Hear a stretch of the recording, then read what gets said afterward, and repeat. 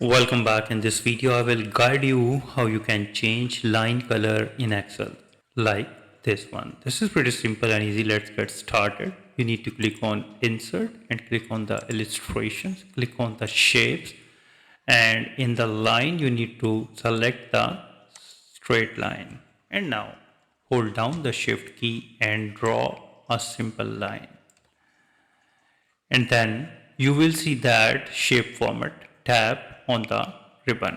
Click on the shape outline and click on the weight and select the weight to the 3pt and go to the shape outline and select the color of your choice.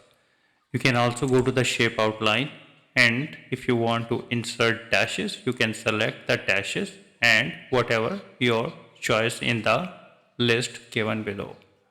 If you want more line, click on that and you will be redirect to this format shape pane. And here you can select the dash type like this one. And if you want cap type square, you can select the square. You can increase or decrease the transparency of the line from the transparency sliders. Select the yellow color, whatever the color you like it. You can make it double line like this one and select the solid line, and here it is. You can move this line to anywhere in the cell. So I hope you understand how you can change line color in Excel. If you think this video is helpful, please support my channel. Thanks for watching.